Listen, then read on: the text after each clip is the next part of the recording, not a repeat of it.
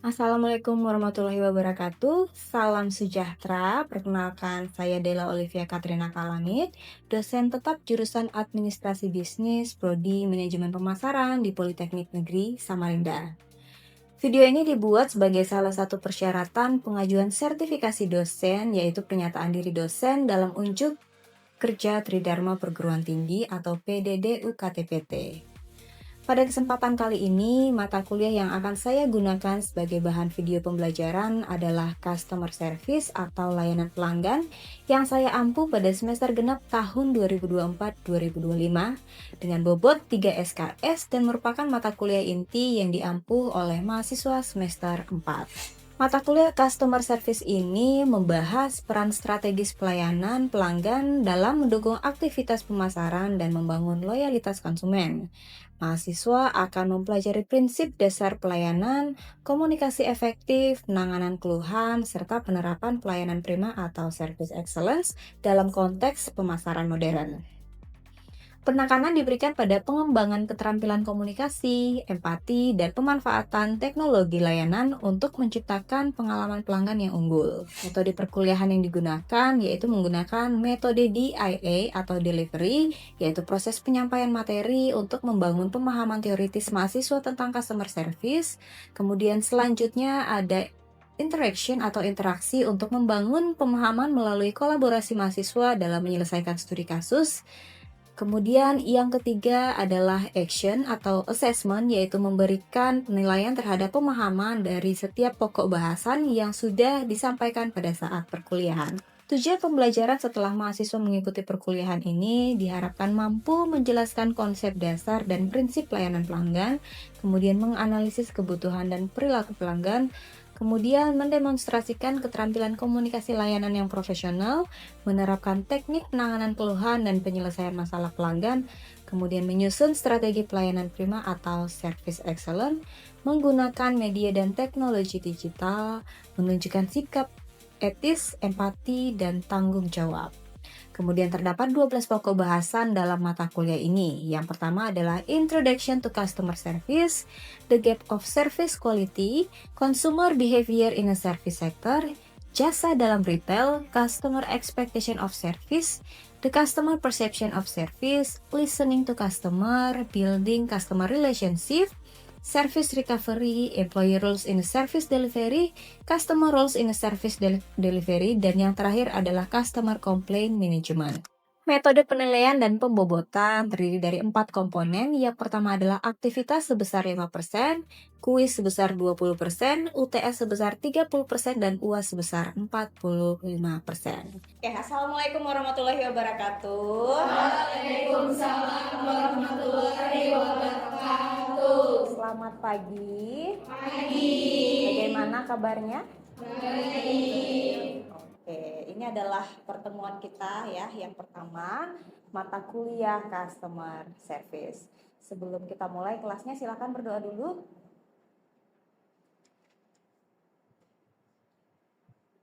Sebelum mulai mata kuliah pada pagi hari ini, mari kita berdoa untuk agama dan keyakinan kita. Berdoa selesai. Oke ya, sebelum kelasnya kita mulai, saya mau absen dulu. Silahkan adik-adik scan barcode ya. Sebentar saya tampilkan dulu.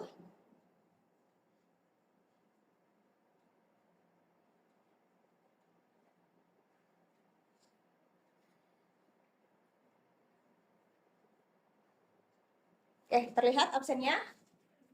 Silahkan di-scan masing-masing handphonenya ya. Baik, mata kuliah kita pada semester ini adalah Customer Service ya. Ini adalah pertemuan kita yang pertama. Jadi topik pembahasan kita itu saat ini berbicara tentang Introduction to Customer Service, atau biasanya kita kenal dengan istilah perkenalan. Jadi apa itu Customer Service? Saya yakin kalian semua sudah pernah dengar istilah Customer Service ya. Biasanya di mana kalian mendengar istilah ini? Di mall, di mana lagi?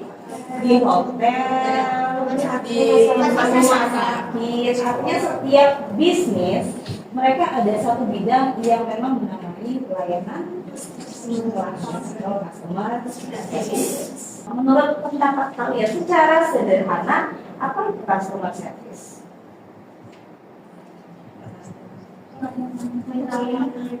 Pelayanan pelanggan, garda terdepan, kemudian ada lagi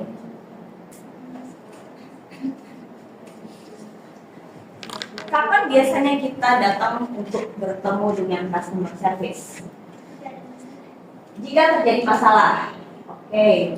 Kemudian ketika kita ingin komplain terhadap sesuatu, misalnya ada satu produk yang kita pesan, tetapi ternyata yang kita terima itu tidak sesuai dengan harapan kita.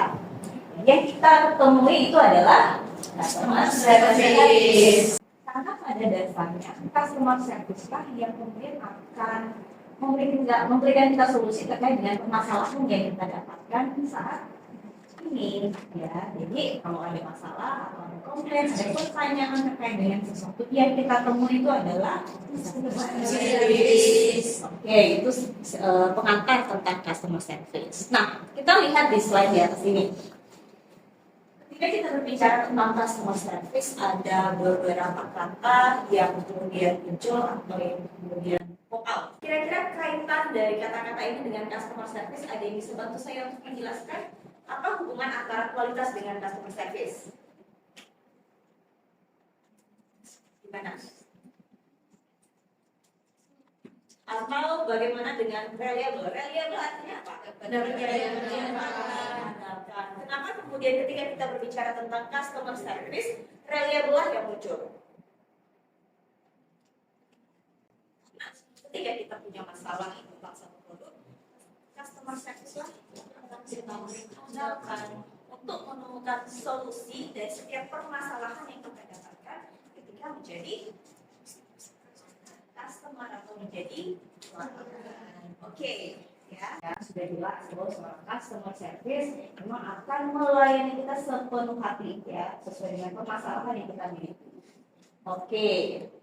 Ya, jadi tentu saja dengan hadirnya seorang customer service ini atau dengan hadirnya bidang customer service di dalam perusahaan, harapannya adalah ketika kita mendapatkan masalah atau ketika kita membutuhkan sesuatu, semua permasalahan, semua jenis komplain yang muncul dari pihak pelanggan itu bisa tersolusikan dengan hadirnya customer service. Ketika permasalahan dihadapi, artinya kita memiliki keinginan untuk kemudian menjadi puas atau bahkan menjadi setia terhadap produk atau bisnis yang sudah kita pilih, ya. Oke. Definisi operasional, ya. Dalam konteks retail, customer service itu membantu pelanggan memilih produk yang sesuai dengan kebutuhan. Jadi, seorang customer service harusnya capable dalam menyesuaikan apa yang menjadi kebutuhan dari setiap masing-masing pelanggan. Karena saya dan kalian tentu saja memiliki kebutuhan dan keinginan yang berbeda. Oke, tujuan utama dari customer service ini adalah memberikan pengalaman positif bagi pelanggan. Kalian punya pengalaman nggak berhubungan langsung dengan customer service? Nah, ya. Kemudian setelah bertemu atau berkunjung ke customer service, pengalaman apa yang kalian rasakan? Harusnya pasti happy, harusnya pasti senang. Kalau kalian datang bertemu dengan customer service tetapi tidak dilayani dengan baik, itu artinya fungsi dari customer service-nya itu dilakukan secara tidak maksimal. Mereka tidak menerapkan yang namanya service excellent. Ya. Kemudian yang kedua adalah meningkatkan loyalitas pelanggan. Setelah dilayani dengan baik, kemudian merasa puas, tentu saja kita ada keinginan untuk kemudian menjadi pelanggan tetap atau bahkan setia terhadap produk atau jasa yang sudah kita pilih tersebut. Dan yang terakhir itu adalah mempertahankan citra dan reputasi bisnis. Ya, make sense ya semuanya ya. Oke. Jadi pengalaman positif adalah kunci utama dalam membangun hubungan jangka panjang dengan pelanggan. Dalam konsep selling, kalau kita menerapkan konsep selling, artinya kita fokus hanya kepada volume penjualan tanpa mengetahui bagaimana caranya atau apa perasaan seseorang ketika mereka membeli atau menggunakan satu jasa. Kita hanya fokus, ya, produknya udah terbeli gitu, terjual gitu, tanpa adanya inisiatif untuk kemudian membangun hubungan jangka panjang. Apa sih maksud hubungan jangka panjang ini? Ketika kita puas, kita merasa cocok, puas dengan produknya tetapi tidak dilayani dengan baik, itu belum cukup. Artinya tidak hanya cukup dari kualitasnya, tetapi kita mencoba untuk membangun hubungan yang jangka panjang ini dengan cara happy dengan produknya, kualitas dari produknya, juga happy dengan layanan. Oke, bisa dipahami? Selanjutnya, meningkatkan loyalitas pelanggan. Loyalitas pelanggan merupakan aset penting bagi perusahaan. Setuju nggak? Setuju. Ya, kenapa ya? Karena mempertahankan pelanggan yang loyal ya bagi perusahaan itu jauh lebih mudah dibandingkan mencari pelanggan baru. Jika kita memiliki strategi untuk mencari pelanggan baru tanpa mempertahankan pelanggan yang lama, artinya biaya yang dimiliki itu akan lebih besar. Ingat siklus hidup produk atau product life cycle? Ada 4 tahapan. Tahapan pertama itu adalah introduction, kemudian yang kedua itu adalah growth, kemudian yang ketiga adalah maturity, dan yang terakhir itu adalah decline. Kalau kita mau menggait pelanggan baru, artinya kita berada pada tahap introduction. Karena pada tahap introduction ini biaya yang dikeluarkan oleh perusahaan itu sangat besar, yang mulai dari media promosinya, misalnya, atau memilih siapa yang menjadi brand ambassadornya, atau iklan yang muncul di setiap jalan protokol dalam bentuk baliho misalnya. Artinya itu memerlukan biaya yang sangat besar dibandingkan ketika kita hanya mau memaintain pelanggan yang sudah loyal, ya seperti itu. Oke, mempertahankan citra dan reputasi bisnis. Ketika kita tidak merasa puas terhadap satu produk, ya, kita pasti akan menjudge dari brand besarnya. Padahal mungkin yang kita coba hanya satu produknya aja. Gak bagus tuh facial wash-nya and pure. Padahal kan facial wash-nya ada banyak jenisnya. Ada yang untuk acne misalnya, ada yang untuk mencerahkan misalnya, dan lain sebagainya. Tapi kita langsung judge ke brandnya yang artinya dari apa yang kita berikan kepada pelanggan itu sangat-sangat mempengaruhi citra dan reputasi perusahaan. Oke. Mastering retail customer service best practice for delighting customer. Delighting customer itu apa? Customer delight. Delightful. Sangat puas, sangat senang gitu kan ya. Jadi kalau kita mau mencoba mempraktekkan customer service, itu biasanya yang paling baik dilakukan itu dalam sektor retail. Peran utama customer service. Nah, ini nih penting untuk kita bicarakan. Kenapa sih kita sebagai seorang marketer harus memiliki kemampuan atau pemahaman dasar tentang customer service? Ya, karena peran dari customer service dalam menjalankan bisnis itu sangat-sangat penting. Bayangkan ketika ada pelanggan datang kemudian komplain dengan produk atau jasa yang kita berikan, tetapi kita tidak mampu memberikan pemulihan layanan atau biasa dikenal dengan service recovery. Kita lihat yang pertama adalah sebagai wajah perusahaan. Pelayanan pelanggan sering menjadi titik kontak pertama antara pelanggan dan bisnis. Customer service itu dia berada di ujung tombak. Mereka yang memiliki peran langsung untuk terhubung dengan customer, dengan pelanggan. Sehingga mereka yang mengetahui seperti apa kondisi pelanggan saya saat ini. Mereka yang mengetahui bagian-bagian mana yang perlu diperbaiki. Kalau misalnya saya datang ya beli satu produk, ya, kemudian sudah beberapa kali pembelian, tetapi permasalahan yang saya dapatkan itu sama, misalnya di packagingnya ya nggak bagus, nggak rapat, artinya produk yang saya beli itu bisa tumpah atau bisa terbuang. Masalah itu tidak akan pernah diketahui pelanggan kalau perusahaan kalau pelanggan tidak pernah komplain ke customer. Dan itu menjadi bahan evaluasi perusahaan untuk kemudian mempertimbangkan atau bahkan memperbaiki keadaan tersebut. Ya, jadi seorang customer service lah yang mengetahui seperti apa keadaan dan kondisi pelanggan saya saat ini. Selanjutnya adalah meningkatkan loyalitas ya. Tadi kita sudah bahas ya di sesi sebelumnya ya. di awal-awal bahwa pelayanan yang baik dapat membuat pelanggan kembali membeli dan menggunakan jasa. Oke, setuju ya? Langsung mereka akan menceritakan hal-hal positif terkait pengalamannya menggunakan jasa atau membeli produk yang sudah kita tawarkan. Oke, dan yang terakhir adalah meningkatkan penjualan. Ya tentu saja ya, ini semuanya akan berdampak terhadap penjualan yang kita terima. Gitu kan? Oke. Sejauh sini ada pertanyaan? Belum bisa dipahami? Bisa. Kita lanjut ya. Era kompetitif, layanan pelanggan yang baik dapat menjadi beda. Ada banyak toko roti di Samarinda, tetapi yang pelayanannya baik itu ternyata hanya ada satu. Nah, inilah yang menjadi pembeda antara roti di toko A dengan roti yang lainnya. Layanannya baik. Kenapa mau datang kembali? Padahal banyak aja toko roti lainnya yang rasanya juga nggak kalah enaknya gitu. Oh, ternyata pelayanannya sangat baik ya. Kemudian hubungan jangka panjang, mengurangi keluhan dan meningkatkan citra perusahaan. Oke. Skill yang harus dimiliki oleh seorang customer service.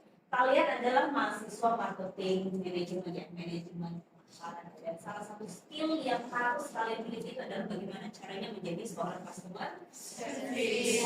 Nah, kira-kira skill apa saja yang harus dimiliki oleh seorang customer service? Yang pertama adalah interpersonal skill yang kuat. Ya, kemudian yang kedua adalah komunikasi verbal yang baik. Semua orang bisa berkomunikasi, bisa kan? Bisa. Kemudian komunikasi verbal yang baik itu ternyata seperti apa? Apakah pada saat kita chat sama teman-teman, lagi nongkrong, itu sudah termasuk komunikasi verbal yang baik? Atau ada trik lainnya yang membuat kita mampu berkomunikasi secara baik? Oke, kemudian ada product knowledge. Product knowledge itu apa?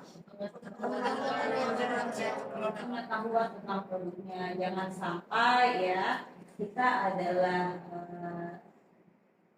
SPD-nya dari salah satu brand misalnya, tetapi ketika ada pelanggan yang bertanya kita malah nggak paham. Kan skill kita jadi dipertanyakan. Artinya kita tidak mampu menjalankan tugas sebagai seorang customer service itu dengan baik. Produk knowledge-nya aja nggak tahu kok. Sebentar ya Bu, saya tanyakan ke atasan saya dulu, kan nggak mungkin jawabnya gitu.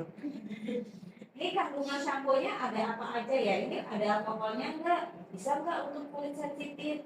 Itu gimana ya Bu ya? Saya tanya AI dulu deh. Maka deh gitu kan, nggak lucu gitu kan ya.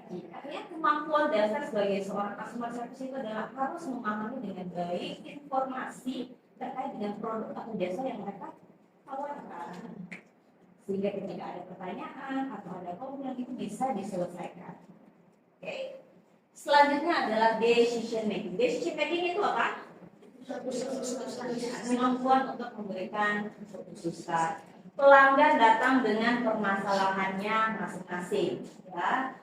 Kemudian dari keadaannya tersebut, kita sebagai seorang customer service itu harus jeli, harus mampu memberikan keputusan apa ya solusi dari setiap pelanggan saya ini. Karena pasti case-nya itu berbeda-beda. Sehingga kalau kita untuk membuat satu keputusan juga itu perlu untuk menjadi salah satu skill yang harus kita miliki sebagai seorang customer service. Adaptasi. Apa itu adaptasi? Penyesuaian dengan siapa? Dengan karakter pelanggan. Kita ada berapa orang di dalam kelas ini? 11. Oke. Punya karakter yang sama? Tentu saja tidak. Setiap orang memiliki karakter dan kepribadiannya masing-masing. Sehingga ketika ada pelanggan datang, perusahaan datang ke kantor untuk bertemu dengan customer service-nya sesuai dengan permasalahan yang dimiliki, kita sebagai seorang customer service harus lihai, harus mampu menyesuaikan seperti apa pelanggan kita.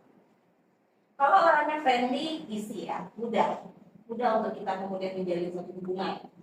Ya. Tetapi kalau orangnya kaku, diam, tidak banyak bicara ya, berdiam, kemudian tidak mampu mengungkapkan apa yang menjadi permasalahan. Apa yang harus kalian lakukan? Apakah itu diam? Tidak. Bagaimana pendekatannya? Kemudian ada pelanggan yang tidak mampu menahan emosinya, datang dengan emosi yang berapi-api, udah mau marah nih. Kemudian sebagai seorang customer service, apakah kalian itu emosi? Tidak, tentu saja tidak. Ya. Jadi bagaimana sikap kita tetap tenang untuk kemudian menghadapi setiap pelanggan yang datang dengan karakternya masing-masing. Kita perlu untuk adaptasi atau penyesuaian. Dan yang selanjutnya di sini ada empati. Apa itu empati? Empati, perasaan, memposisikan sikap untuk memposisikan atau memahami apa yang dirasakan oleh pelanggan kita saat. Jadi kalau bapak ibunya atau mbaknya datang dengan rasa kecewa yang sangat mendalam, saya beli blendernya loh ini mbak, karena besok atau beberapa hari yang akan datang itu saya mengajarkan di rumah, jadi saya perlu banget. Tapi ternyata kayak gini pas saya pakai rusak. Gimana dong? Bagaimana kemudian empati kita sebagai seorang customer service? Misalnya menunjukkan mimik wajah yang sedih, misalnya kemudian memvalidasi perasaannya dengan cara saya memahami masalah ibu saat ini, atas saya mohon maaf, ya, ada solusi yang dapat kami berikan, misalnya seperti itu ya. Ini kita wujudkan dengan wajah yang ikut merasakan apa yang dirasakan oleh pelanggan dan kemudian memvalidasi perasaan. Oke, bisa dipahami? Bisa. Oke, sekarang kita masuk pada sesi diskusi ya. Ada beberapa pertanyaan, ada 3 poin pertanyaan yang saya tampilkan di dalam layar untuk kemudian didiskusikan secara berpasangan dengan satu media ya. Oke, pertanyaan pertama di sini adalah dalam situasi tertentu, apakah layanan pelanggan yang luar biasa dapat mengatasi kelemahan dalam kualitas produk? Kemudian sertakan alasannya. Mengapa? Pertanyaan diskusi yang pertama. Kemudian yang kedua adalah apakah dampak dari kelalaian dalam menangani keluhan pelanggan di media sosial terhadap citra perusahaan atau image dari perusahaan.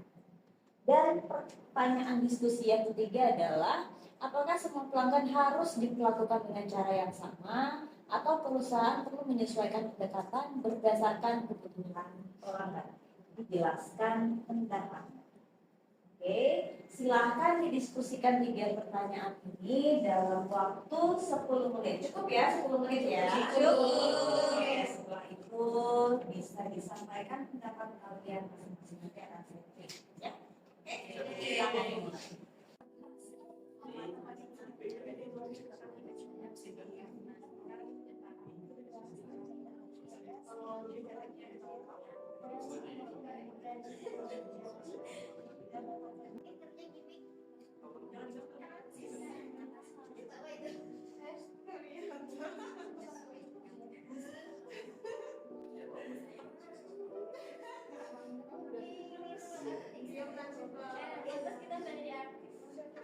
Nah, ini nih bisa untuk mengatasi karena layanan yang luar biasa itu bisa menutup kelemahan dari produk.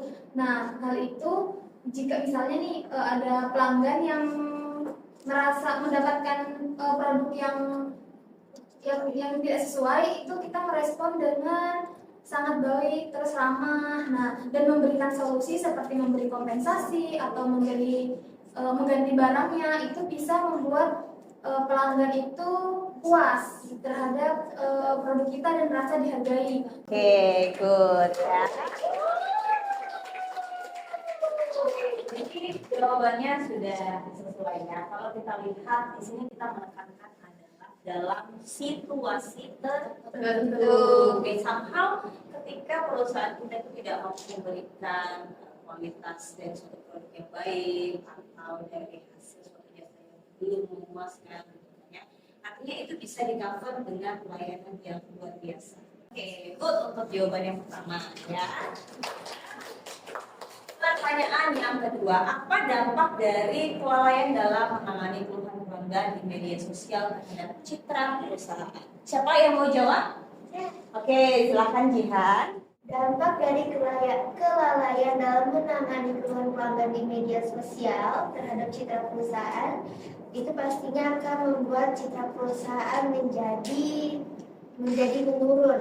Apalagi parahnya itu citra perusahaan ini juga akan berpengaruh terhadap brand yang dijual dari perusahaan tersebut dan akhirnya menurunkan minat konsumen untuk membeli produk brand dari perusahaan tersebut. Contoh kasusnya itu ada salah satu brand skincare yang overclaim, dia mengatakan bahwa salah satu zat atau salah satu kandungan dalam skincare-nya itu memiliki presentasi yang tinggi sehingga dapat mencerahkan hanya dalam beberapa hari. Tapi ketika sudah dilakukan uji tes dengan pihak-pihak yang memang wadahnya atau memang ranahnya dalam hal tersebut, ternyata kandungan zat tersebut atau kandungan skincare tersebut tidak mencapai presentasi yang dipasarkan oleh perusahaan itu, sehingga menimbulkan keluhan pelanggan akhirnya merasa seperti ditipu karena apa yang dipasarkan, apa yang dipromosikan oleh perusahaan itu tidak sesuai dengan kenyataan dari produknya, sehingga dampaknya di sosial media khususnya itu akan menyebarkan hal-hal yang negatif dari brand tersebut, seperti jangan pakai produk dari brand ini karena tidak sesuai kandungannya, juga tidak terbukti, juga hasilnya tidak bagus, sehingga orang-orang yang baca, karena kan pengguna media sosial itu sangat luas, sehingga karena banyak yang membaca akhirnya menurunkan minat konsumen untuk membeli produk itu dan akhirnya menurunkan profit dari perusahaan. Dan sangat sesuai dari apa yang disampaikan oleh Jihan dan teman-temannya, bahwa ternyata memang klien dalam menangani keluhan di media sosial itu akan sangat-sangat mempengaruhi image atau citra dari perusahaan. Oke, good. Dan yang pertanyaan terakhir adalah, apakah semua pelanggan harus diperlakukan dengan cara yang sama atau perusahaan perlu menyesuaikan pendekatan berdasarkan kebutuhan pelanggannya? Ada yang mau menjawab? Oke, silakan Firja. Apakah semua pelanggan harus diperlakukan dengan cara yang sama? Menurut saya semua pelanggan harus kita layani dari customer service dengan pelayanan yang sama dan tidak membeda-bedakan seperti saya tidak mau kalau pelayannya yang datang ke saya itu bukan perempuan, jadi nggak bisa begitu. Dan di situ menurut saya semua harus diperlakukan sama dan harus menyesuaikan dengan mood customer yang datang ke kita. Oke, good. Terima kasih Firja. Oke, jadi yang dikatakan Firja tadi sudah sesuai ya, bahwa kita harus mampu beradaptasi atau mampu menyesuaikan bagaimana cara melayani pelanggan sesuai dengan keadaannya masing-masing. Ya, jadi kalau misalnya pelanggan datang komplain dengan penuh emosi, ya bagaimana kita cara menyikapinya, jangan sampai juga kita terpancing emosinya. Oke, sampai di sini kelas kita. Ada pertanyaan? Ada. Baik, untuk penilaian akan saya upload ke dalam sistem Siakat ya. Silahkan dicek masing-masing, nilainya akan tertera di situ. Dan apabila kurang memahami materi ini, materi pembelajaran, kemudian RPS bisa kalian upload secara langsung melalui sistem Siakat. Sudah punya akunnya masing-masing kan? Sudah. Saya tutup kelasnya hari ini. Assalamualaikum warahmatullahi wabarakatuh. Waalaikumsalam warahmatullahi wabarakatuh. Selamat pagi dan sampai jumpa di pertemuan minggu depan. Selamat pagi. Terima kasih. Demikianlah video pembelajaran mata kuliah Customer Service ini pada program studi manajemen pemasaran Politeknik Negeri Samarinda dalam pernyataan diri dosen dalam unjuk Tridharma Perguruan Tinggi dibuat. Terima kasih.